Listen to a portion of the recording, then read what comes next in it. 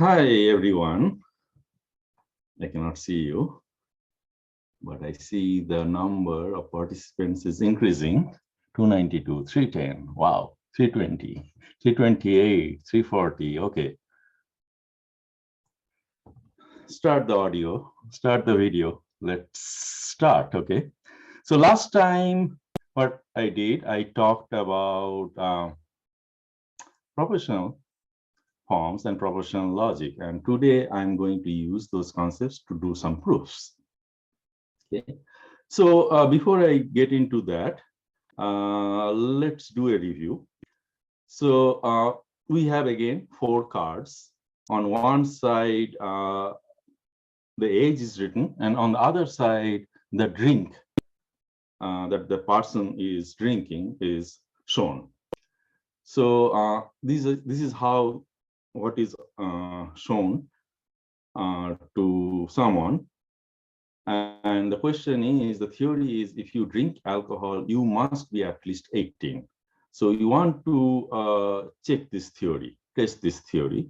Now the question is, which card should we flip?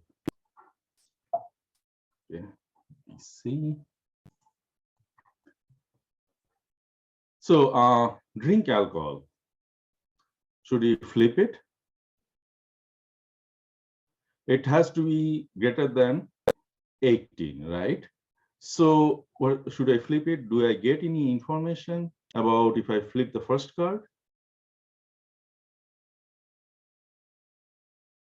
So to do that, we can also look at the contrapositive. If it is less than 18, then it must imply don't drink alcohol, right?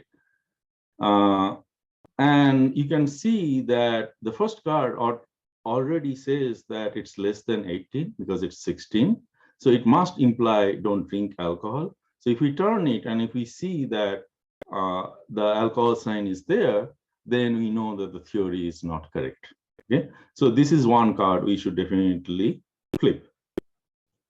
How about A, B, C, and how about the remaining ones? So let's do a poll, okay, for the remaining ones.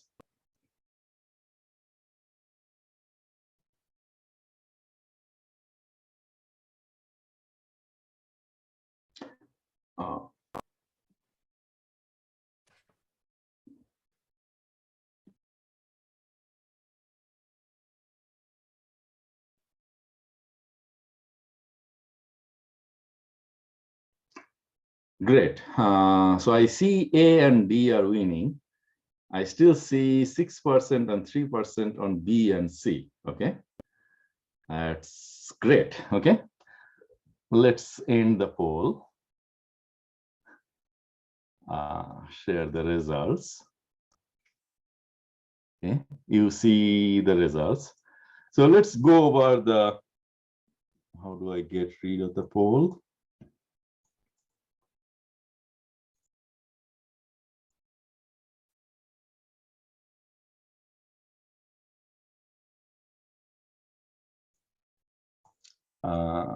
Sorry.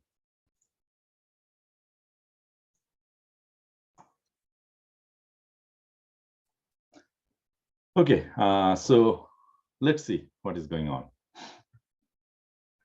So we learned about propositional forms and, or, not, P implies Q, and we also showed that P implies Q is equivalent to not P or Q.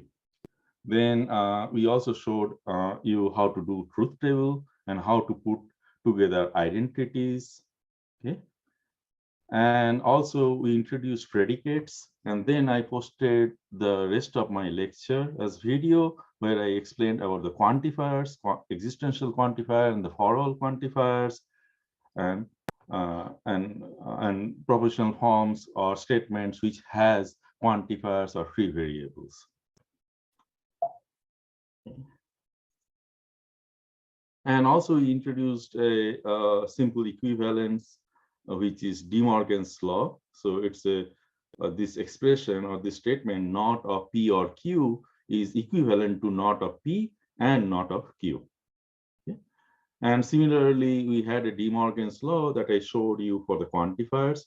If you have a negation outside a quantifier, then if you want to push that negation inside the quantifier, you have to switch the quantifier from for all to there exist or vice versa, and then you can say the negation of the predicate that is within the quantifier, within the scope of the quantifier. So today what I'm going to do are the proofs. Okay, so I'll show you various examples how to do proofs directly using P implies Q by contraposition, by contradiction, and also by case splitting. And if the time permits, we can also start discussing about induction. So one thing to note is that integers are closed under addition. So if you take any two integers, say 5 and -9, and if you add them, you'll get yet another integer, which is -5.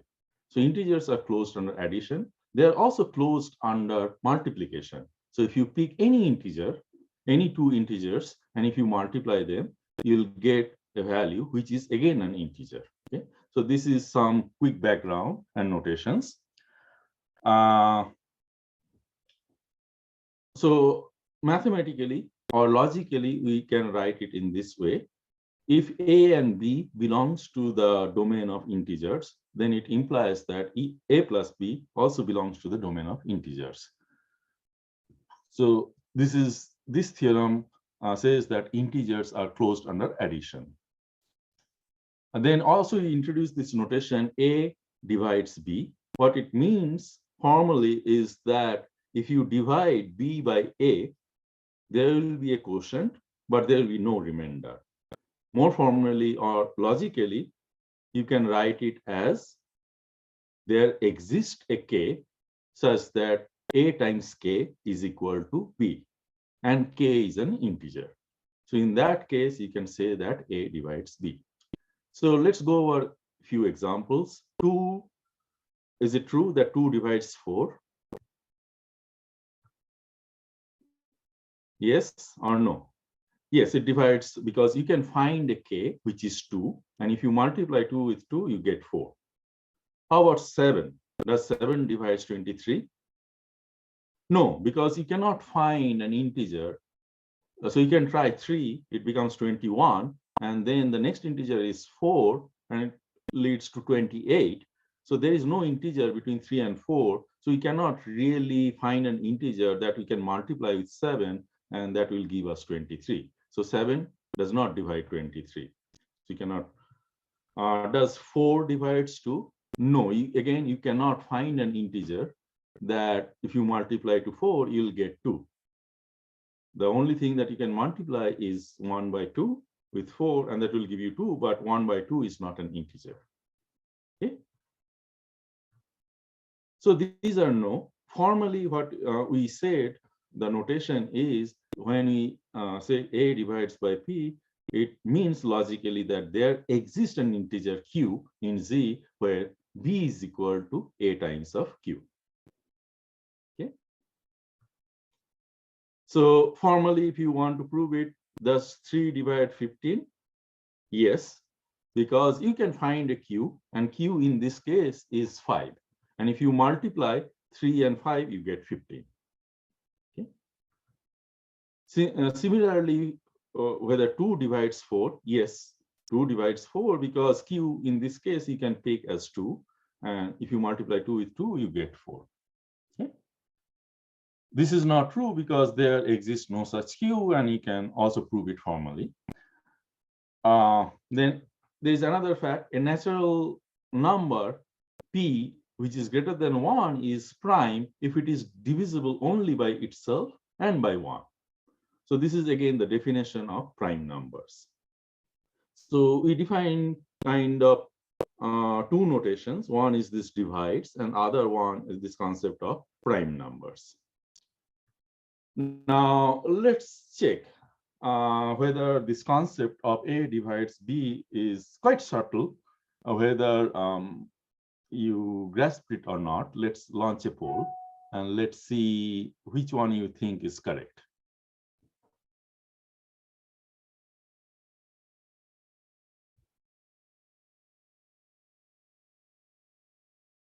Yes, q is supposed to be an integer.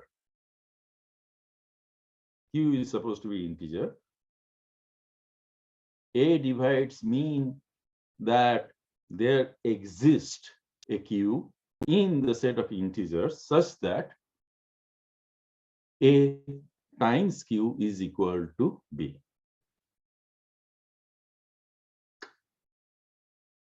Okay, so I see some votes for A, C, and D. Okay, so let's see. Let me end the poll and let me share the results.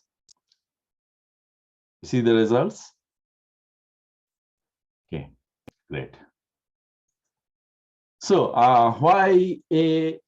How about A? Is this true? No, we want to make sure that A is a factor of B. Okay, that is A divides B. So that means that if you multiply some integer with A, you must get B, not the other way. Okay. How about B? Yes, we said if there exists a K, an integer, with the constraint that B is equal to K times A, then we definitely know that A divides B and the quotient is K. How about C? What is wrong with C? Or what is right with C? It says natural number. There exists a K in natural number such that B is equal to K times A. Okay, if you take this thing, then you are excluding kind of the numbers where one of them is negative and the other one is positive. So if A is negative and B is positive, you cannot find a natural number which shows that A is a factor of B. Okay. So, so this does not include all the cases. So C is incorrect. How about D? There exists a K. Again, the definition is wrong.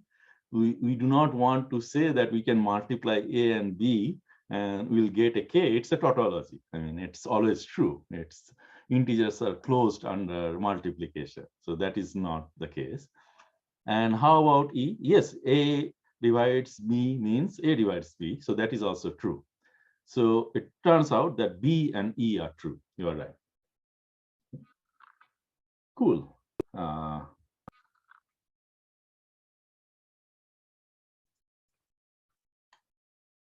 Now let's get into proofs. Let's see how can we prove this fact. And we are going to do a direct proof.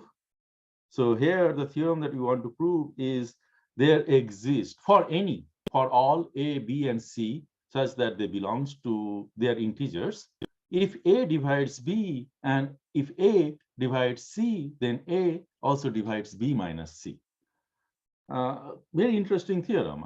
I mean, you have to prove it for all integers, and what it essentially says that if A is a common factor of two other integers B and C, then A must be a common factor of B minus C. So we kind of intuitively know that this is going to be this theorem is true because you kind of know that when you divide, when you subtract two numbers, they still have the common factor. So A will still divide B minus C, but let's try to do it more formally using the logical notations and the things that I introduced. So in this case, the proof is the following. We have a fact which says that P implies Q. What is P? P is the following two propositions, A divides B and A divides C. So this theorem says that A implies B, and let's assume that this P is true. Then can we say that Q is true? So this is kind of a direct proof we are trying to do for this theorem. So when we are assuming that A divides B and A divides C, then we are assuming that there exists a Q, an integer, such that B is equal to A times Q. This is by definition. This is by the definition of this divides. Similarly, there exists a Q prime such that C is A times Q prime. So this shows that A is a common factor of both B and C. Now we have two equations. Now, as you know, when you have two equations, if you add or subtract the same number or the same value from both sides, the equation still holds. So this is already you know from your middle school algebra classes. So that's exactly what we are going to do. We are going to subtract the left-hand side of the second equation from the left-hand side of the first equation. And we are going to do same thing with the right-hand side. We are going to subtract the right-hand side of the second equation to the from the right-hand side of the first equation. And if I do that, this equation should still hold. So if we do that, this is what we get. B minus C is equal to A times Q minus A times Q prime. Now, do you see how the proof will go? Well, we can apply the distributive properties of subtraction or addition and multiplication for arithmetic, and we get something like A times within parentheses Q minus Q prime. Okay, so this is a simplification we can do. And now you look at this B minus C. This B minus C is going to be an integer. Why? Because both B and C are integers, and we know that integers are closed under subtraction or addition, right? So if we subtract C from B, we are bound to get an integer. So the left-hand side is integer. The right-hand side, A, we already know it's an integer. It's given, right? And how about Q minus Q prime? From the assumption, we know that Q and Q prime are integers. And we also know that integers are closed under subtraction. So Q minus Q prime is also going to be integer. So this equation takes the form of something like, say, E prime is equal to, E is equal to F times Q minus, F times A, where E is B minus C and F is Q minus Q prime. And then the form is again back to this, the definition of the form that I showed in the divides, which is G is equal to A of F. So we can say in that case that F divides G, right? Which essentially means what? A divides B minus C, right? So that's how the proof goes. So are we done? Well, we have to use this thing, and it's integer. It's an integer by definition of divides. So we can show that A divides B minus C. And now we are done. So in this proof, we use this implication directly. And it's amazing that we proved it for all possible values of all possible integer values of A, B, and C. Means you can always check it by plugging in some values for A, B, and C. You can pick, say, A is equal to 3, and B and C are 12 and 15 respectively. And your premise holds. In this case, 3 divides 12 and 3 divides 15. And then if you subtract, you get 15 minus 12, which is 3, and 3 divides 3. So you proved it for at least one number. But if you want to prove it for all possible numbers, you have to do it for all possible numbers. And there is no possible way of enumerating them. So it's amazing. In this case, we proved it for all possible values of A, B, and C. So this is kind of the power of the proof. Okay. And here we use the distributive property and the definition of divides. So here was our goal. Our theorem was of the form P implies Q. If A divides and A divides B, and if A divides C, that is our P. And our Q was A divides B minus C. And we assume that P is true. And then we tried to show that Q holds. And that's how we got the proof for this theorem. Okay.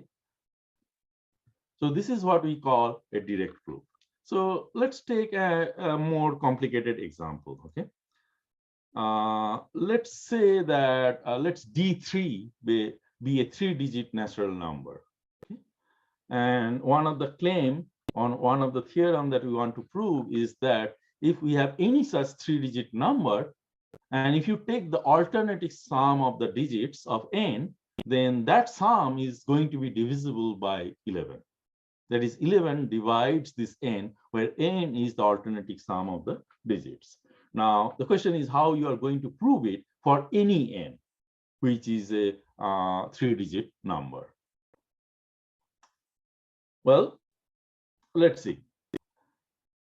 What does it mean to say that 11 divides the alternating sum of digits of n? So let's look at an example. Let's take the number, say, 121. Okay. So what do we mean by alternating sum of the digits of n? So for that, you take the first digit and you subtract the second digit and you add the third digit. And whatever number you get, that is the alternating sum of the digits of n. Okay. So this is an example. Now, if 0 divisible by 11, yes, because there exists a q which you can multiply with 11 and get 0. What is that q? That q is 0. So yes, 11 divides 0. So you can see that in this case, the alternating sum of 121 is divisible by 11.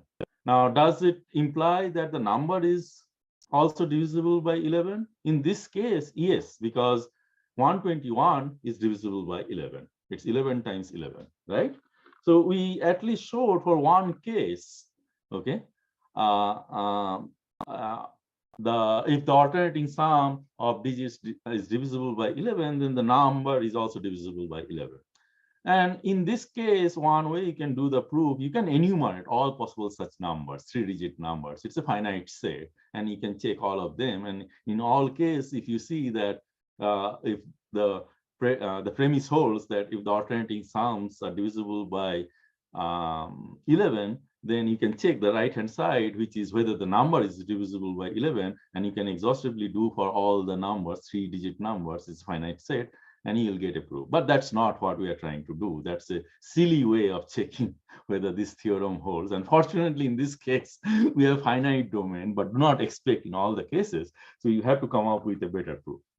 Now, here is one of the amazing things in number theory that you'll see that if you have a number, 3-digit number, this is another example, 605.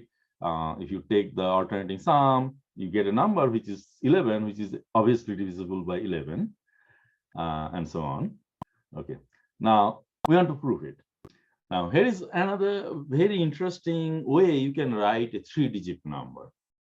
You can write it in this as the summation of 3 numbers.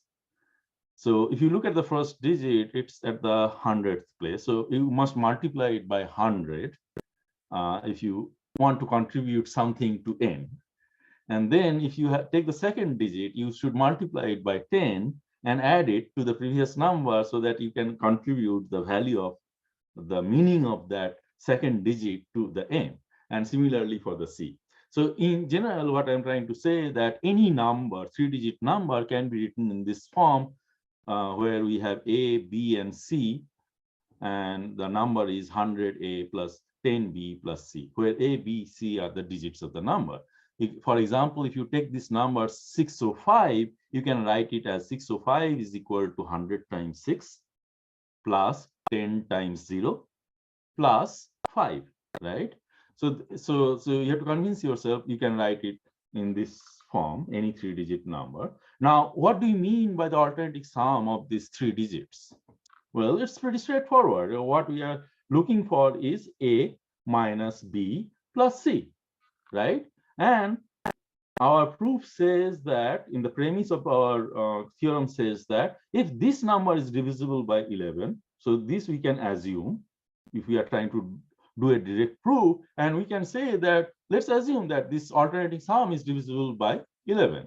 What that means, there exists some integer k or q such that 11 times that integer is equal to this alternating sum. That's what this comes from, the definition of this divides operator.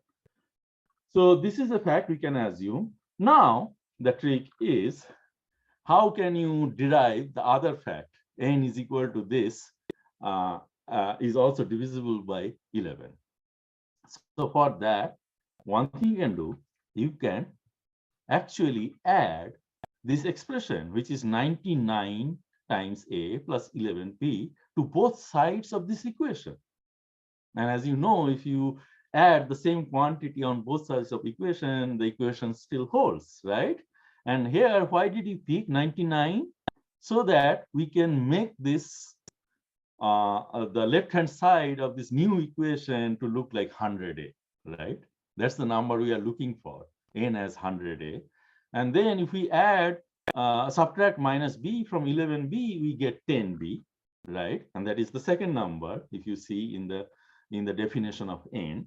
And then what is the third number? I didn't add anything to c, any term involving c, so c remains c. So we get the term, if we add 99a plus 11b to both sides, we get the term which is 100a plus 10b plus c, right? And on the right-hand side, I also have to add the same quantity, and I get a complex expression, which is 11k, 99a, and 11b. Now, you can easily see that I can apply the distributive law of arithmetic, and I can say that the right-hand side is of this form. You can take out the common factor, which is 11, 11 multiplied by this expression, which is k plus 9a plus b. Now, given this expression or given this equation, where the left-hand side is this number n, and the right-hand side is this number 11 times some integer. Why I'm saying that k plus 9a plus b is some integer? Because k is an integer by the assumption, a is an integer, and b is an integer. We are integers are close under multiplication, so 9 of a is an integer, and then the expression k plus 9a and plus b is also integer because each of these terms are integers, right? So this 11, so what I'm getting in this equation, n is equal to 11 times some integer. What does that imply? That implies that 11 divides the left-hand side, which is n. Okay. So essentially what we proved is that this is an integer, so that implies that 11 divides n. So we have a proof, direct proof. We had the theorem, which is of the form P implies Q. We assume P, and then we tried to derive Q, and we successfully did it. So now we have a proof. Okay, very good. So we proved the theorem, which looks like P implies Q, right? Direct proof. Very good. And we assume that P, this is true, and we derived Q. How about the converse? So this was the original theorem. Is the converse is also a theorem? And I showed you already in the previous lecture, P implies Q. If it is a statement, it does not necessarily mean that Q implies P is also a true statement, right? I gave you a counter example last time. So here you cannot readily say that, well, the theorem I have already proved that P implies Q. So that also means that I have proven Q implies P. No, that is not the case. Those statements could have completely different values for different values of P and Q, right? So I cannot just say, oh, this theorem holds. So I have to prove it. But fortunately, in this case, the way we did the proof, this theorem also holds. And it's pretty easy to see. Let's go back to this slide, okay?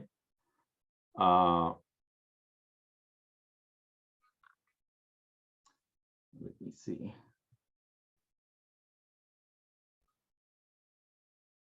Let's try to prove it, okay?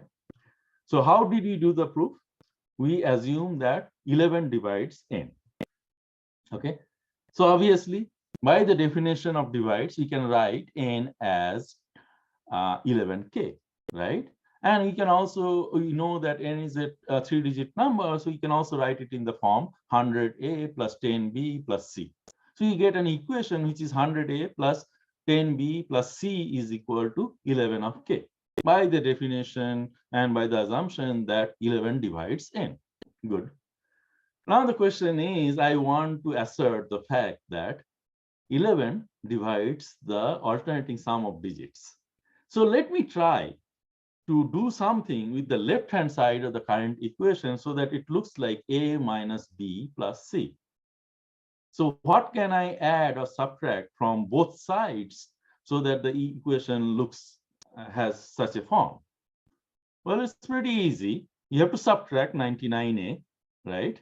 And you have to subtract 11B, and you don't have to add anything for C, right? If you do that, then what you get is on the left-hand side, you get something which is 99A plus 10, 11B, and the expression that we are looking for, which is A minus B plus C. So I have rewritten this expression into an equivalent form. And now, if we bring this left-hand side to the right-hand side, this part of this expression, the equation still holds, right? And now we can see that the left-hand side is the expression that we wanted, because we want to prove that 11 divides that expression. Can you now see it from this expression from the right-hand side? Yes, because you can always apply the distributive law, the inverse of the distributive law, and you can get an expression which is 11 times k minus 9a minus b. And if you write this, replace this k minus 9a minus b with some integer l, then we have the equation which is a minus b plus c is equal to 11l, which implies that l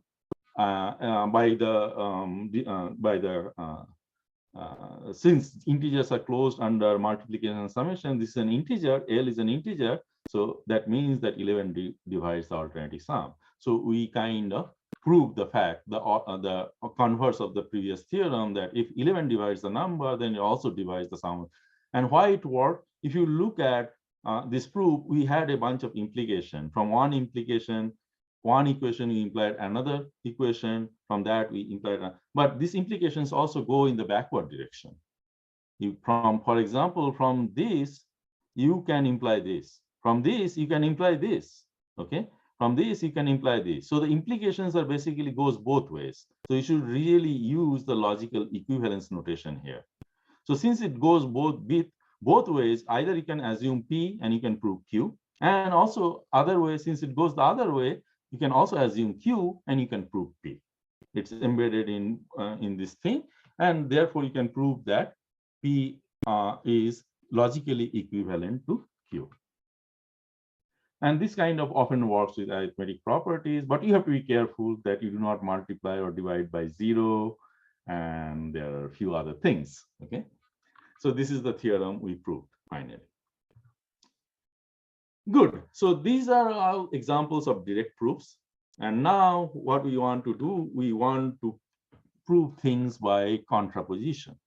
Like if we have a theorem of the form P implies Q, then we take the contraposition of an equivalent form of that theorem, which is not Q implies not of P.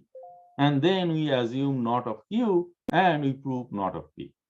And that way we can also prove the theorem. Okay, so let's see an application. So the fact is, suppose for any n in the positive in this set of positive integers, suppose d divides n. Okay, so if n is odd, then we are claiming that d is also odd. Okay, so this is the theorem we want to prove. We can also write it, all the things that we stated in English mathematically. So if n is equal to 2k plus 1, so basically translating n is odd, that means it must be of the form 2k plus 1. And then the other proposition that you have is d is odd. So d is odd means, again, d must be of the form 2k double prime plus 1. Okay. And also we are making the assumption that d divides n, right? So we can say that n can be written as k prime times d, where k prime is some integer. It is again by the definition of the. So what do we know about d? What can we say about d? Okay. Now, the problem is our goal is to prove P implies Q, right? But P, if we assume P, which is N is odd, then I do not know what to do with D, right? But the other thing we can do, we can assume the not of Q, which is D is even, and try to prove that N is also then even, okay? And that turns out to be easy to prove. So this is how we'll do the proof. We'll prove the contraposition, and because we prove the contraposition, it is equivalent to proving P implies Q. Okay. So let's assume the opposite of Q, which is D is even. D is not odd. Okay. So what does that mean? It means the D could be written in this form 2 times of K. Okay. Because there must be a factor of 2. So D divides N. So we also have the other thing that we can set up by the definition of D divides N is N is equal to Q times D. That is, there exists some integer Q such that N is equal to Q times D. So this is another thing we know. Okay. Now from that, we can derive the fact that N is equal to Q times 2K. Because that is also some assumption we made at the beginning. We are assuming the false of this conclusion, right? And assume that D is equal to 2K, that is, it is even, right? So if we replace D with 2K, this is what we get. We get N is equal to 2 times of KQ, right? And this shows actually N is even, right? Because N has a factor which is 2. So N is even. So we prove the fact that not Q implies not of P, which is N is even. So we have proven the fact, the contraposition, which is P implies Q, which is if N is odd, then D is also odd. So this is another kind of proof tactic that you may want to apply when the fact is easy to prove. If you can easily prove the negation of the assumption from the negation of the conclusion, then you should apply this technique of contraposition. Okay. So N is even. This is the negation of P, and then we proved it. Okay. So another example. So this is pretty cool. I mean, we are proving theorems that holds for every number, right? And you can always try to see whether the theorem holds or not by plugging in some values of N. And that often we do to convince ourselves the fact is true, but it doesn't give you a proof, right? You try it for a bunch of numbers, that doesn't generalize it for all numbers. But in this kind of technique, using this logic, what we are trying to do, we are telling you that you don't need to consider all possible values of N. And you may not even have the ability to consider or enumerate all possible N if the set N is infinite, right? Yet you can do the proofs. That's amazing, right? And oftentimes you can also do these proofs mechanically and automatically. Even computers can write this kind of proofs. And in programming systems research, you'll see that how we kind of devise systems that can do these proofs automatically, find these proofs automatically, and show that the proof is correct and certify them. Okay. So here is another theorem that you want to prove, which says that for every N in the set of natural numbers, if N squared is even, okay, then N is even. Are you convinced? Find the smallest square number which is even. It's 2 squared, okay? It's even 4. So 4 is basically the number which is even. That means its square root, which is N, is also even. Yes, 2 is even. We can try another number. Let's take, what is the next number? 16. 16 is even, and you can see that a square root, which is 4, is also even. So I cannot find a counterexample to disprove this theorem. So probably the theorem is true, but we have to prove it for all possible n. Okay.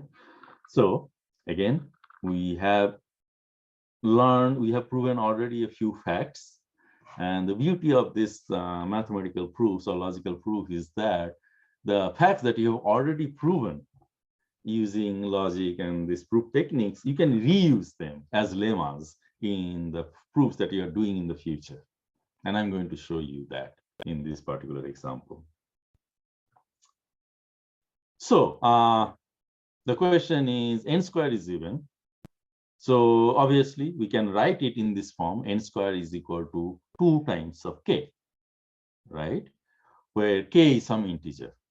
This is coming from the definition that a number is even. Okay.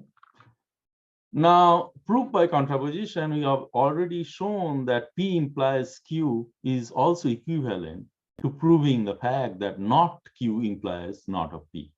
We showed that these two logical statements are equivalent.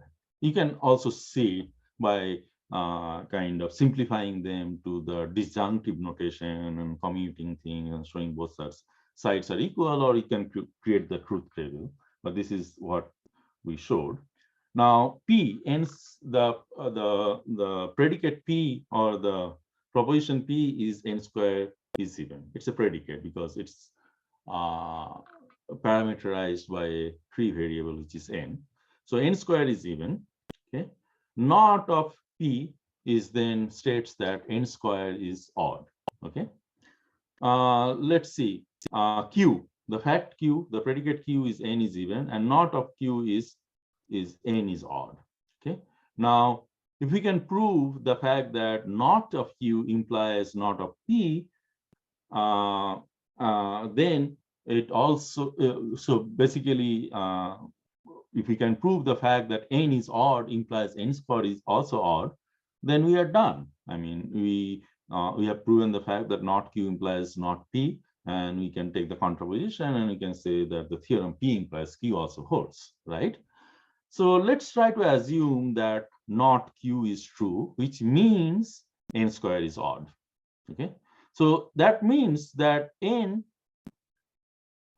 So let's make the assumption that not Q means n is odd. Okay, so it means that n can be, and why we are not going in the forward direction? P implies Q, and the reason is, in that case, if I assert that n squared is even, obviously I can write n squared in the form 2k plus 1, but or 2k because it's even.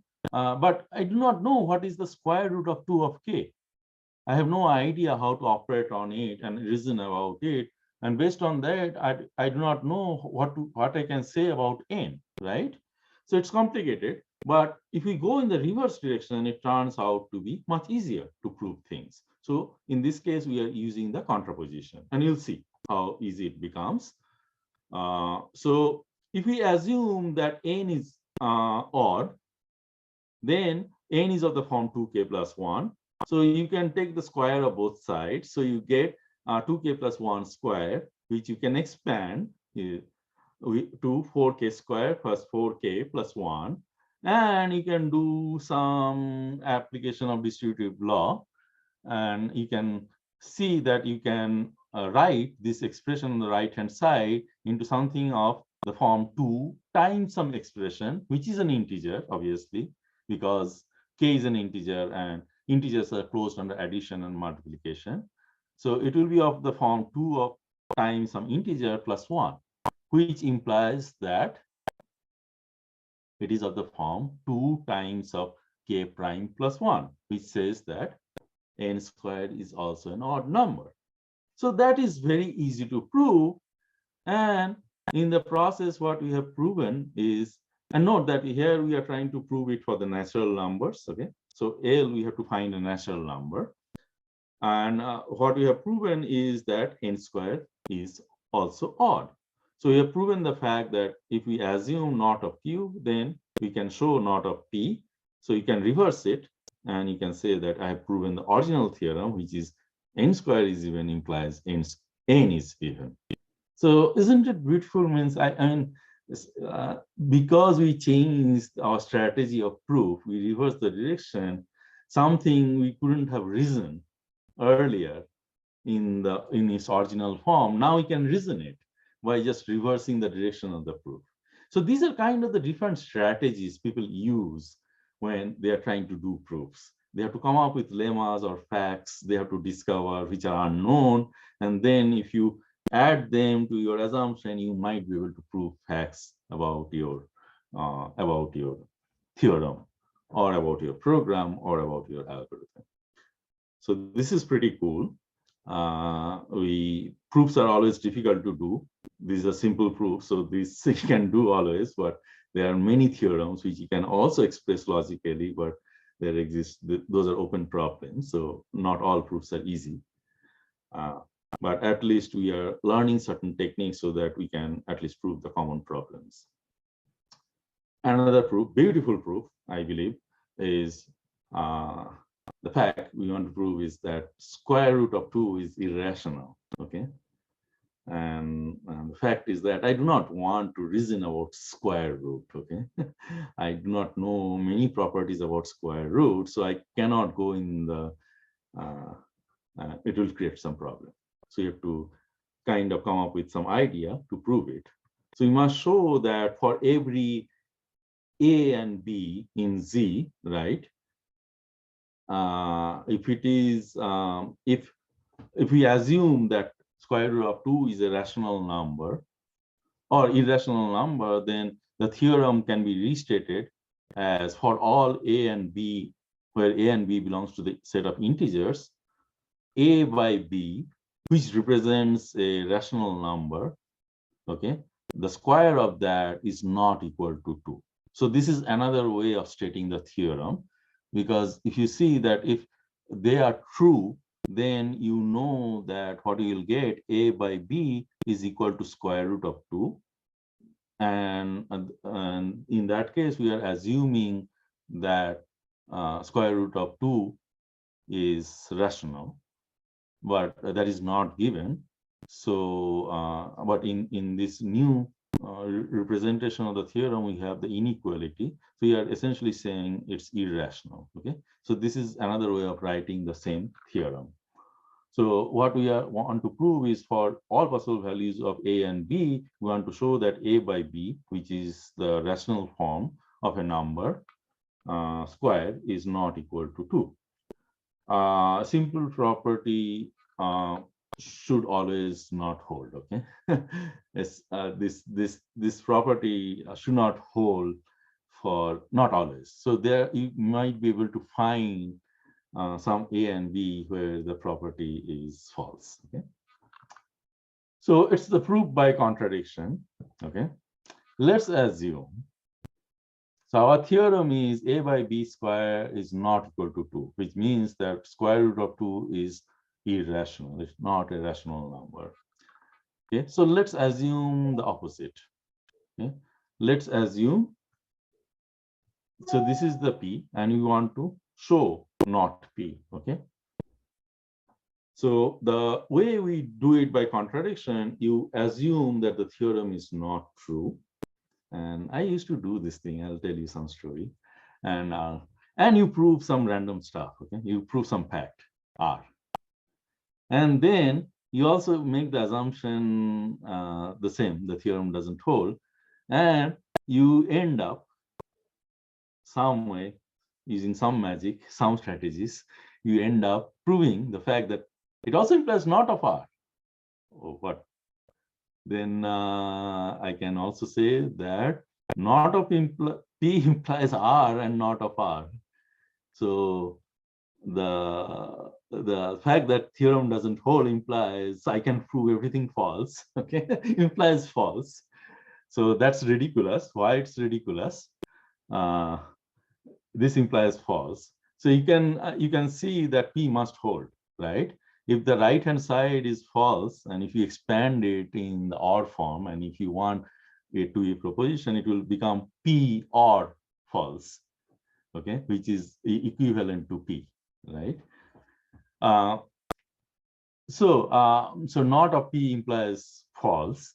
And if you take the contrapositive of this thing, what happens is that if you prove this fact that if the theorem doesn't hold, then false is the fact, then you can take the contrapositive and it becomes true implies P, right? Right. So, and true is always true, okay? So you can simplify this implication. You remember in the last time I showed true or Q is equal to Q, right? So true, you can reduce this form into just P. So you have proven the fact, the theorem P, okay? So this is how we are going to do the proof by contradiction, okay? We'll assume the negation or negation of the theorem, and we'll prove two random facts which contradict each other, which means that I have implied false, which means that true implies my theorem, the negation of my fact. Okay? So you have unproven. Okay, so let's try to do that. Assume that P not of P, which means that square root of 2 can be written as an irrational number. And what do we mean by a rational number? It means that I can represent the number as A by B, where A and B have no common factor other than 1. Okay, so this is by the definition of rational numbers. Okay, so A and B have no common factors. This is the reduced form, and this is the theorem we can prove. Okay, so we can make the assumption that root of 2 can be written as A by B, and now we can multiply. This equation is true, so you can multiply B on both sides, and you get square root of 2 times B is equal to A. Now we can perform various kind of operations to draw various kind of conclusions, and let's try to draw some conclusion. I want to get rid of the square root because I hate to deal with square root. I cannot reason about square root that effectively.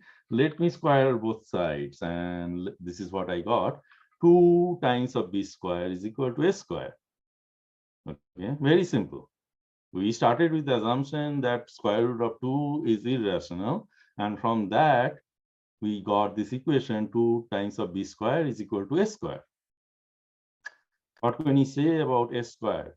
A square is of the form 2 times some integer, right? So you can say that A square is an even number, right? So from this you can conclude that A square is even, and we proved previously one of the facts that if A square is even, then A is also going to be even, right? So that fact we have already proven. We don't have to prove it. We can use it as a lemma and in this theorem. So we already know the fact that if A square is even, A is even. So this equation actually implies that A is even. So A can be written in the form 2 times of K, where K is some integer. Again, by the definition of a number being an even number, okay? Because it can be written in this form 2 times of K. Very simple. Everything is so far going by the definition. So now the thing is, if A can be written as 2K, in this equation, I can replace the right-hand side. You can replace A with 2 of K, because that's what we asserted. So if we do that, then what happens? On the right-hand side, I get 4K squared, right? 4K squared. Very good. Now, I want to remind you, one of the assumptions that we made is while we assume that square root of 2 is irrational, or square root of root is rational, we assume that it can be written in this form A by B, where A and B have no common factor other than 1. Remember that. Now, I have changed this equation through some operation, equal operation on both sides, and I've obtain another equation. And it turns out from this equation, I can conclude something else which contradicts our previous assumption. And what is that? Well, you can see that if you divide both sides by 2, you reduce this equation to this form: b square is equal to 2k square. Any idea what does that imply? Well, it implies that b square is an even number, right? By the definition of even numbers. So if b square is even, then the theorem that I proved before, I can say that b is also even.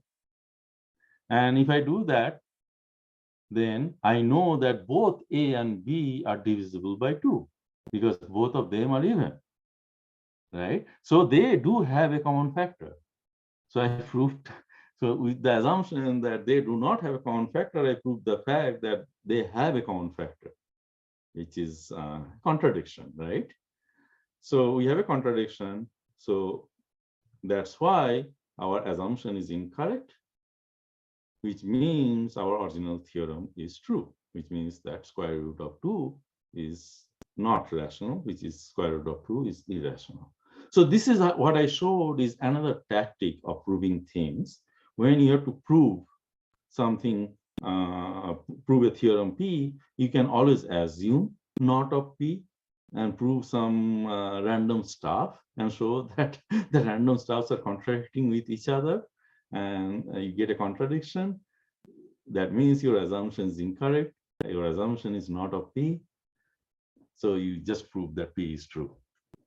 Your theorem is true. So this is another tactic to prove that certain theorems are true, just by assuming the negation of the theorem and by generating some contradiction. Let me show you one example. Okay, I'll give you the problem, I'll give you some hint, and I'll take a break for a couple of minutes. There are infinitely many primes. This is the fact we want to prove. Interesting number theory question we want to prove. We assume the contradiction of this theorem. We assume that this theorem is not true. If we assume that the theorem is not true, then we know that there are finitely many primes, P1, P2, up to Pk, that exist. There are not infinitely many primes, okay, in the set of integers or natural numbers. It has finite many primes. So consider a number, please. So our question is, essentially what you need to prove now that Q is also a prime, which is a contradiction because you said the only primes are P1 up to Pk. Okay. Now the question is, how do you prove that Q is also a prime number? Okay. I'll take a break for a couple of minutes, think. All the theorems and lemmas that you need to use, all the definitions I've already shown you. You have all the tools. Just you have to take the right set of steps and you can prove it.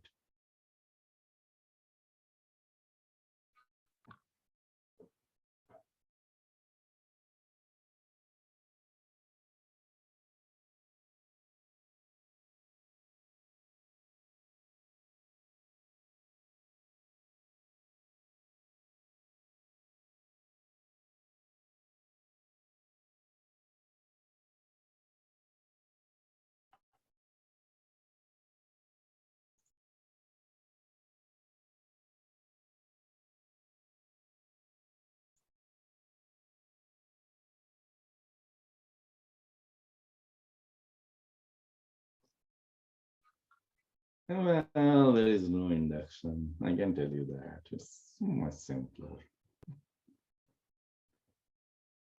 Yeah. What is the QA question?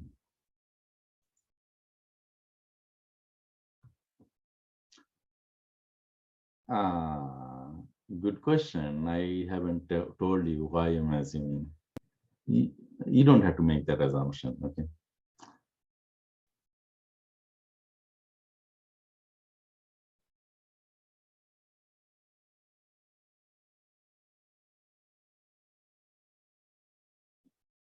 Yes, yes. It's mostly used where you have a propositional form like P. So if you have some, means it's applicable even for P implies Q. You can think that P is denote P implies Q by P, or some other alphabet, say R, right? So to prove that R is true, and you can make the assumption that R is not true, and you can simplify that. And,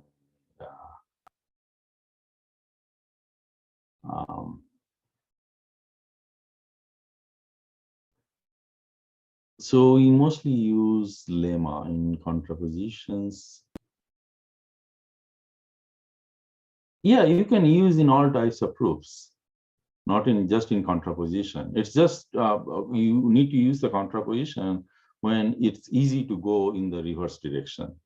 If you assume the thing that you're trying to prove, and if you assume the premise, you're trying to prove some fact, but you can also assume the negation of the fact, and you can try to see if you can prove the negation of the premise. That direction might be easier. So it really depends which way you want to go. It depends on the problem. Sometimes going in the reverse direction might be difficult. Sometimes the theorem may not be in the form of P implies Q, right? Okay, let's get back to this problem. And so what do you think? So let's consider an arbitrary number. So here, this is a construction. In many cases, the proofs you have to be constructive. You have to come up with something there exists. Okay, there it's a meta proof. There exists a lemma. Okay, so that you can prove things.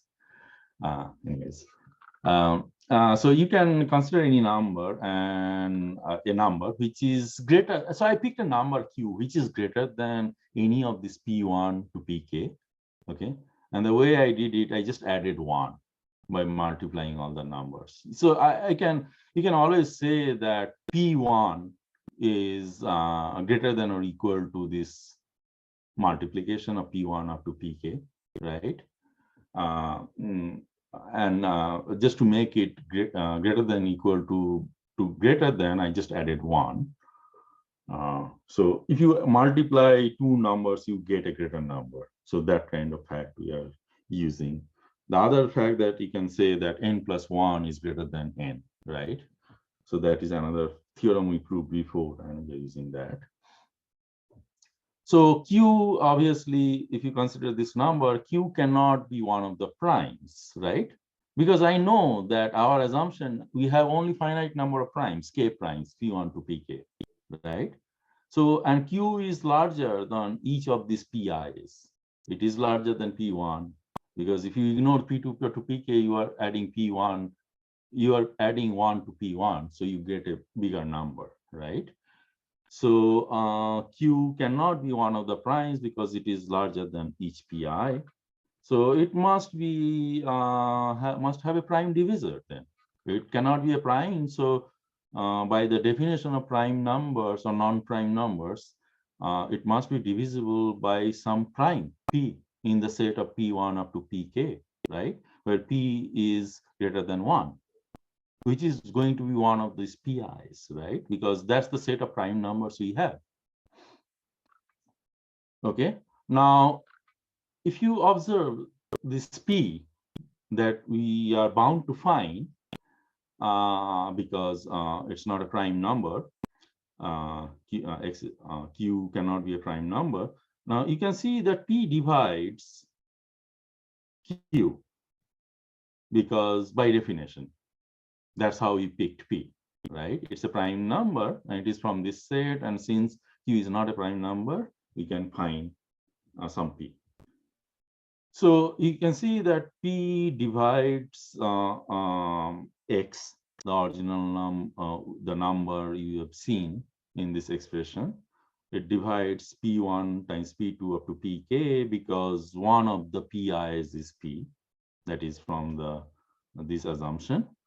And also P divides Q. Why P divides Q? Because that is, we assume, because Q is not a prime number. So P divides Q. Okay. So by one of the theorems that we proved previously, that is A divides B and A divides C, then we know that A divides B minus C. You remember that theorem at the beginning? We proved it. So you can apply that theorem and you can say that P divides Q minus X, right? Because I have shown that P divides P1 times P2 up to Pk, and it also divides Q. Okay, and this P1 up to Pk is X. So P divides both X and both Q, so P divides Q minus X. So it implies that we can write it in a mathematical or logical notation, which is P divides Q minus X. If P divides Q minus X, that means it has some quotient, right, which is going to be positive, right? So it means that P must be less than or equal to Q minus X, right? Since P divides Q. So this is going, and what is Q minus X? From this equation, you can see you can replace in this equation, you can replace this P1 up to Pk by X. And if you do that, then you can see that Q minus X is going to be 1, right? So you get Q minus X, which is 1. So it states that because of our assumptions, P is a number which is less than or equal to 1. But we had to assume here in the second thing that P is greater than 1. And the reason we had to make that assumption was because Q is not a prime number. It is divisible by some prime number in this set of P1 to Pk, which is greater than 1 and not the number itself. It cannot be. It has a prime divisor, one of these prime numbers. So Q has to be divisible by P.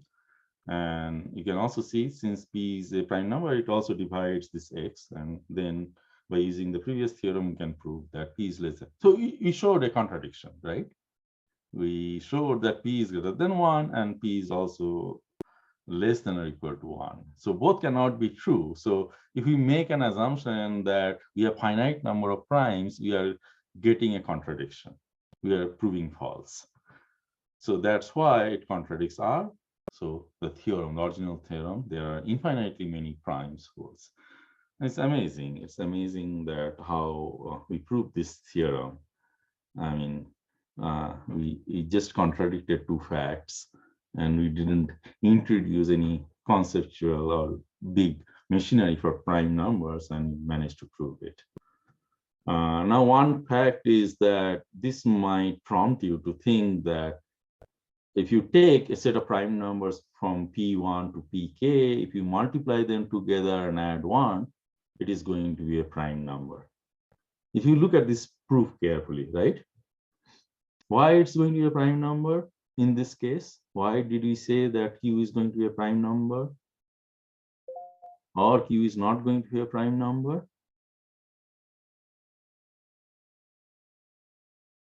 Well, we said that Q is not going to be a prime number because we are only restricted to a set of prime numbers which are from P1 to Pk, and Q is greater than 1, right? So that's why we said that Q cannot be a prime number. But if you look carefully, it gives the impression that we have also proven the fact that Q is a prime number. Either Q is a prime number, but is it a prime number?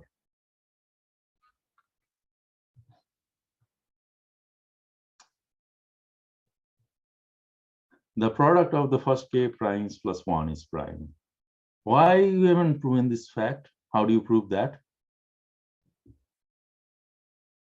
Well, you need to come up with a counter example, right?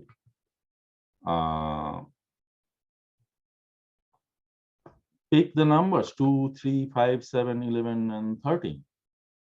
Those are a set of prime numbers, finite set of prime numbers. If you multiply them and add 1, you get a number which is 30,031, which is not a prime number.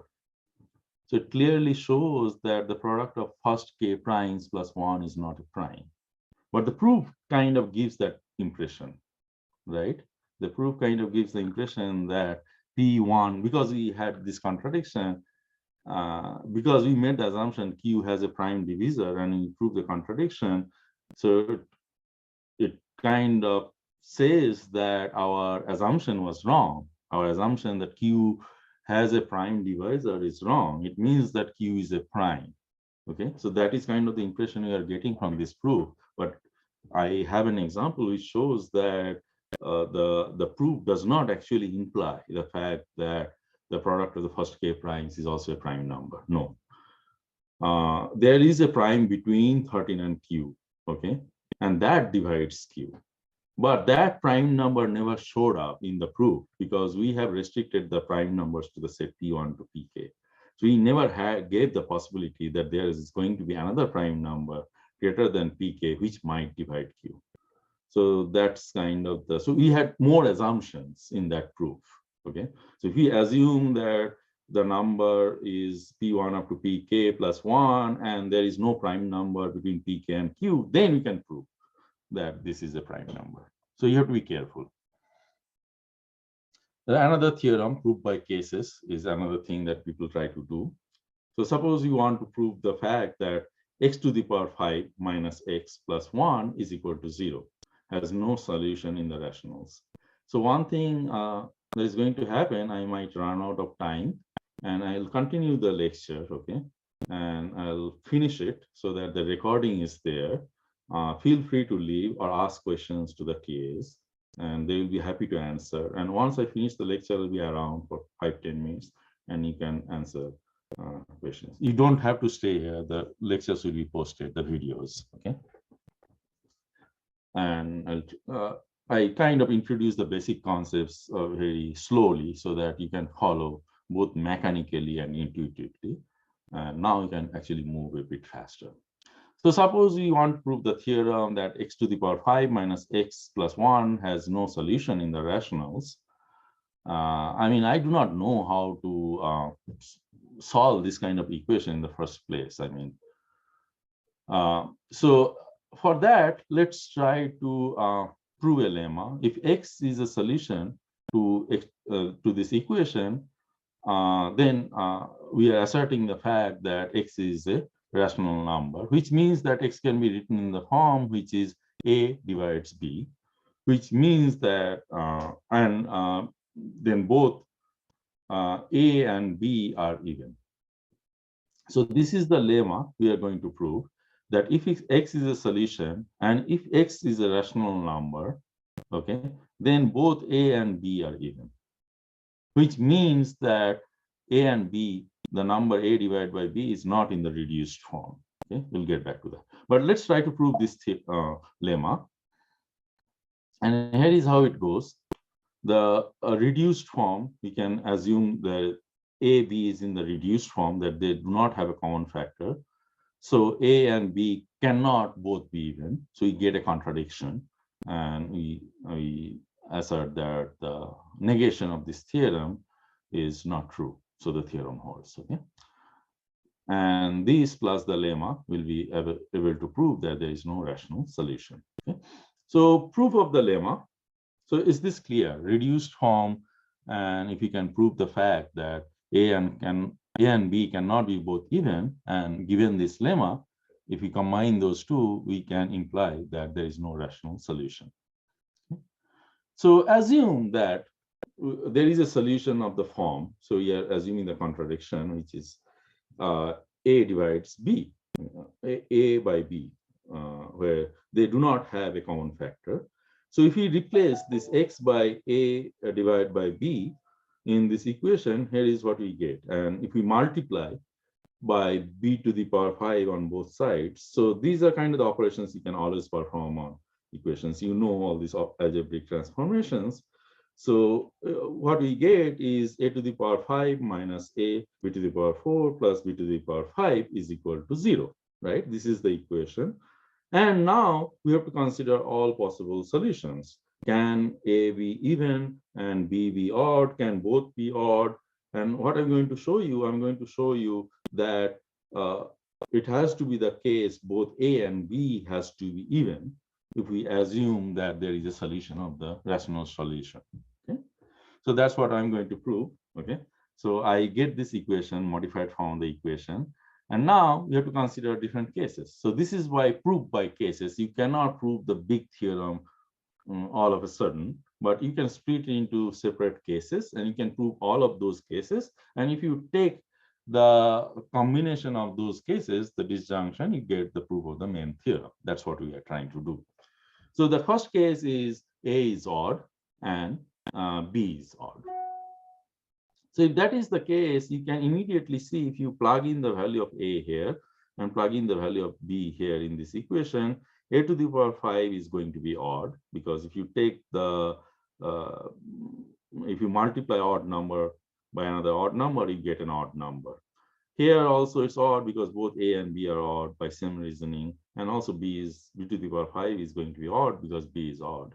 So odd minus odd, you get an even number. And then if you add an odd number, you get an odd number, not an even number, right? So this is not possible. This is not possible. Then we have the case where we can assume that A is even and B is odd. If you assume that A is even, then if you multiply with two even numbers, you get an even number. So you can say that A to the power 5 is even, and here you are multiplying an even number to maybe an odd number. B is odd, so B to the power 4 is odd. So you get this as an even number, and since B is odd, this is an odd number. Now, if you subtract even from even, you get even number, and if you add an odd number to even number, you get even number. Sorry, you get an odd number, so it's not possible to get an even number. So this is not possible. You can consider the other case where A is odd and B is even, right? So these are the different cases for values of A. Means you can also split them into very small cases like A is equal to 1, B is equal to 2, A is equal to 1, B is equal to 3, and you can have infinite number of cases. But here we are splitting into finite number of 4 cases so that the proof is still general. So in this case also it's not possible. And the fourth case is when A and B are both even, then you can show that all of these terms are even, and then you are subtracting an even number from an even number, you get an even number, and you're adding even numbers, you get an even number. So only in the case where A and B are even, we do not contradict this assumption, right? So basically what we are getting is we basically prove this lemma, which says that if X is a solution and if it is a rational solution, then the only case that is possible is both A and B are even. Okay. Now we have this lemma, and if we combine this lemma with the fact that A and B cannot be both even, when you are using them to represent a rational number in reduced form. So that is kind of the definition of the reduced form of a rational number. But then you are also proving the fact that both A and B have a common factor, which is 2. So that's a contradiction. So our assumption is incorrect. So basically, not of P was not true. So P is true. So we have a proof. Pretty cool. Means I mean, I didn't even solve the equation, and by doing that, we actually proved that this is correct. Right?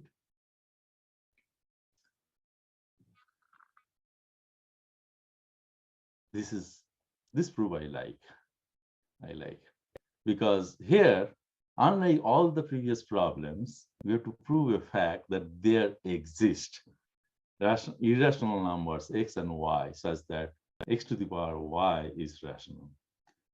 Now, one way to do the proof, I have to find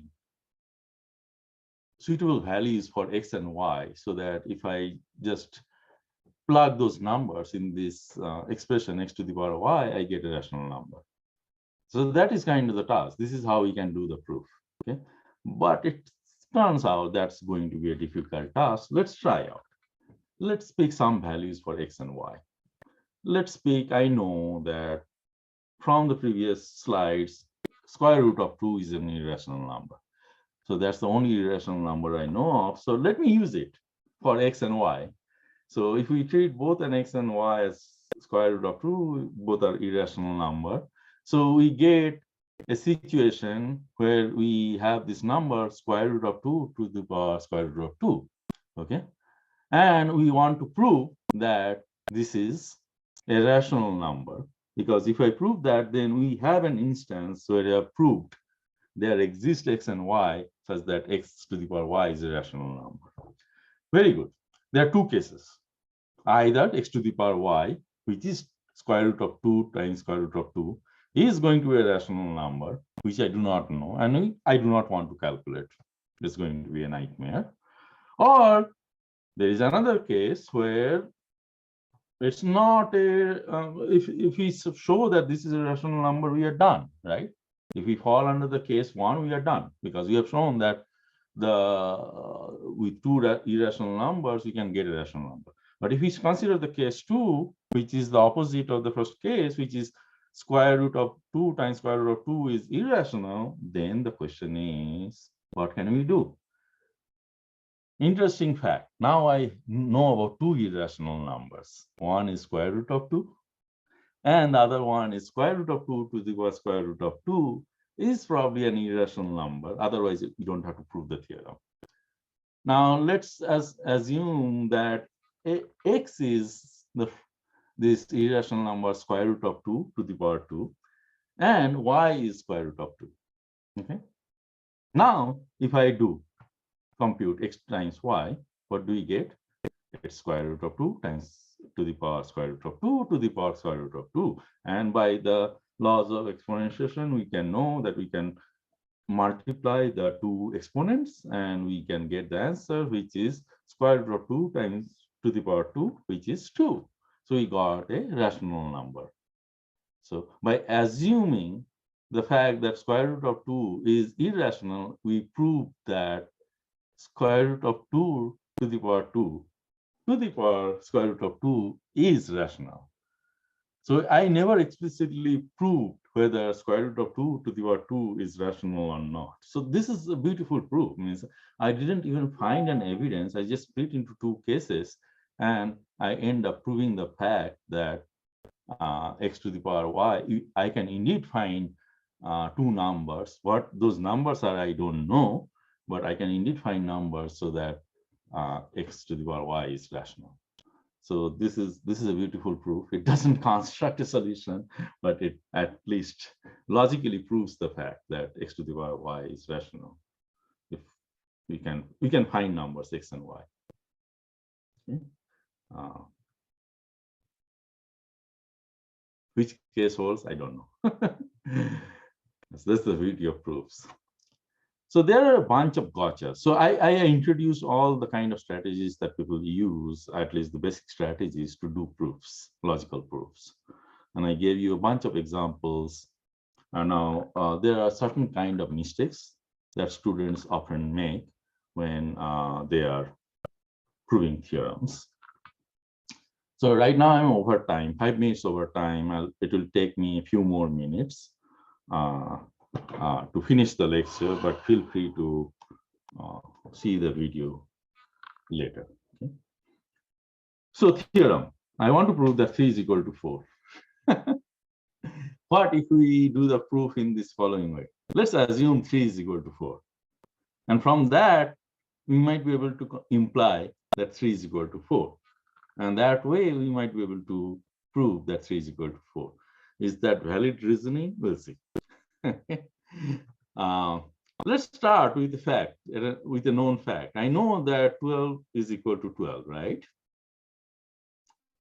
So I can divide one side by 3 and the other side by 4 to get 4 is equal to 3, right? And I used to do this kind of foolish things when I was in elementary school.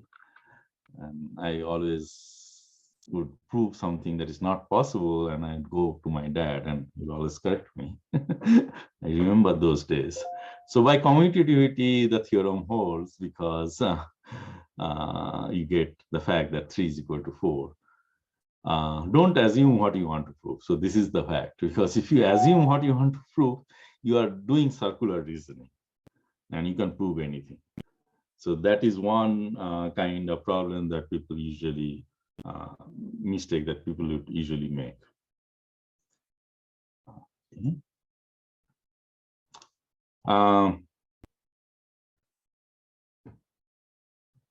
Let's see.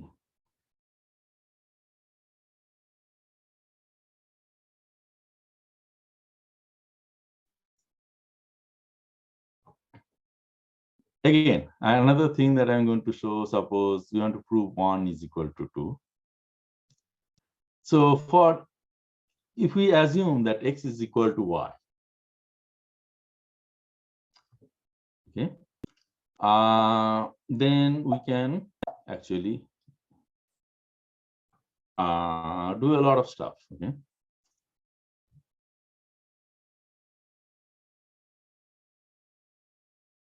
So we can look at this equation, which is x squared minus xy, and we can actually show that this is equal to x squared minus y squared, because all you have to do is to replace the second occurrence of x with y, and you get the expression which is x squared minus y squared. Okay.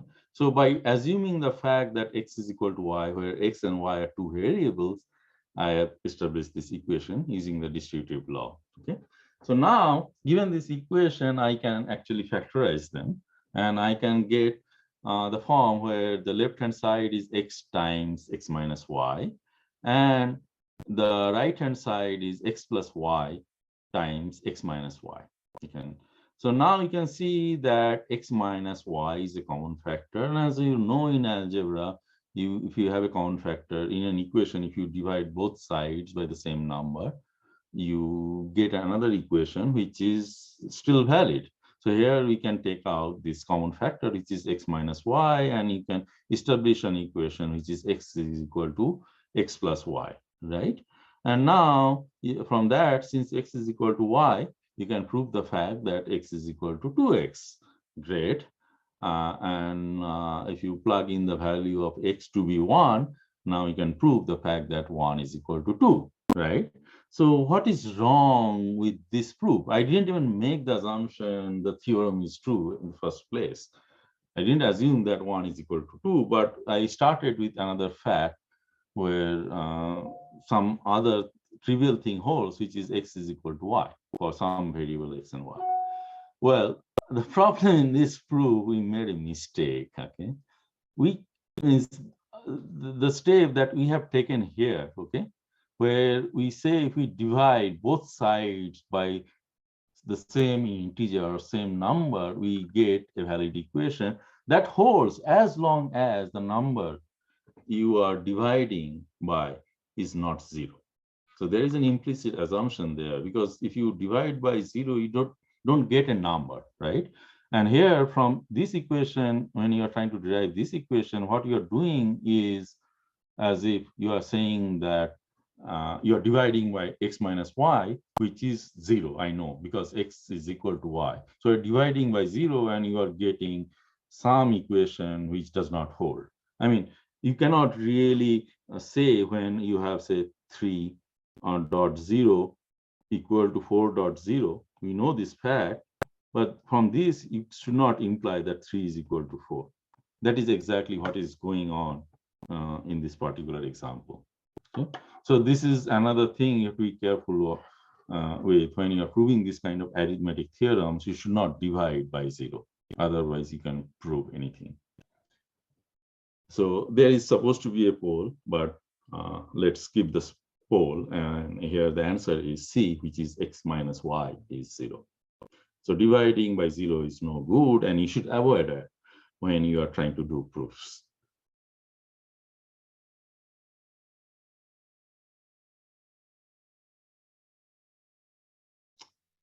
Yeah. And other thing that people make mistake, sometimes people prove that P implies Q, and they try to make the conclusion that Q implies P. Okay. So So that I already showed an example in the previous lecture, and you should be careful about it. So in summary, this is what we covered on direct proof. We showed how can you prove a theorem of this form P implies Q by assuming P show Q. This is one proof tactic. Then you have by contraposition, which is to prove P implies Q, assume not of Q and prove not of P. And that if you can do that, then it also proves that P implies Q.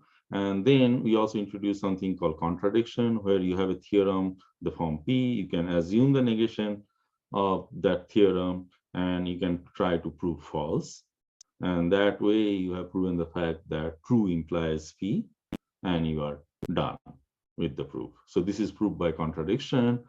And also there are proofs by cases that are introduced. You have to split the all possible values that your variables can assume into some finite number of classes and prove the theorem holds for each of those classes. And doing so, you can also do proofs. Universally show that statement holds on in all cases. Existence, you use cases where one is true. Okay. So this is kind of the existential case. In many scenarios, you may not even find an existential case where you know the value for the X and Y. In that case, you again have to split and prove it. Okay. So these are kind of things we learned in this lecture. You have to be careful while proving. Don't assume the theorem. Obviously, assume the theorem can prove anything in the world. Life would be so easier and chaotic. Don't divide by 0 and watch for converse. If you have proven P implies Q, do not imply that Q implies P. You have to prove that is a different fact, and you have to prove it explicitly. I'll also post 30 different other ways of proving theorems.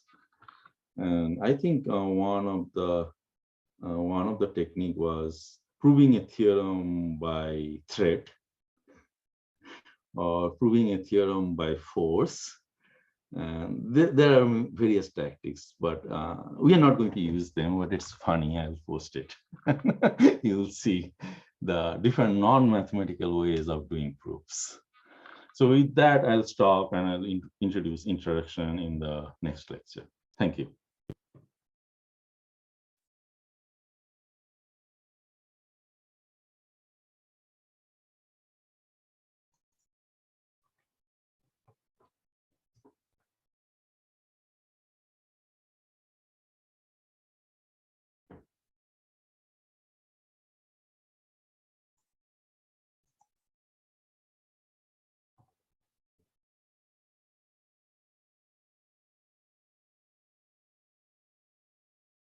Let me see the questions and answers.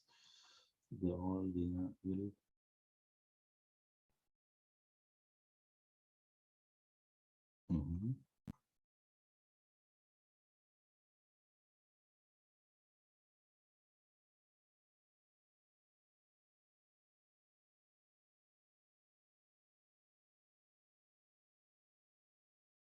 Yeah, you can means the mathematical fact for the last question for contradiction. The mathematical fact that if you can, by assuming not P, if you can prove R and not R, that means from not P, you can prove false. And if you take the contraposition, if you think mathematically, then it is equivalent to saying that true implies P. So that's why you have proof for the theorem when you have a contradiction. Now, you can interpret it in English in various ways, right? There are two events happening at the same time or different ways. But mathematically, this is what it means.